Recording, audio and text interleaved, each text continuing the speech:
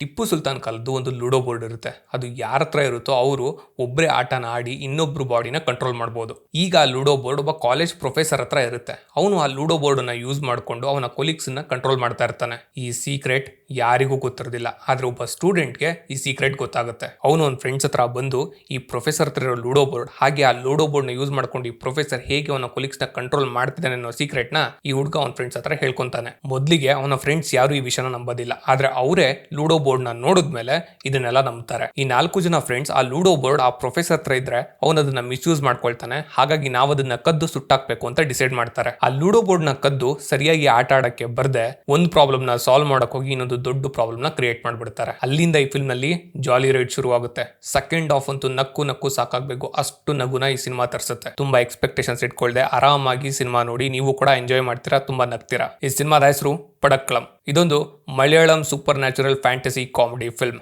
ಇದು ನಿಮಗೆ ಜಿಯೋ ಹಾಟ್ಸ್ಟಾರ್ ನಲ್ಲಿ ಕನ್ನಡದಲ್ಲೂ ಕೂಡ ಅವೈಲೇಬಲ್ ಇದೆ. ಹೋಗಿ ನೋಡಿ, ಸಿನಿಮಾನ ಎಂಜಾಯ್ ಮಾಡಿ.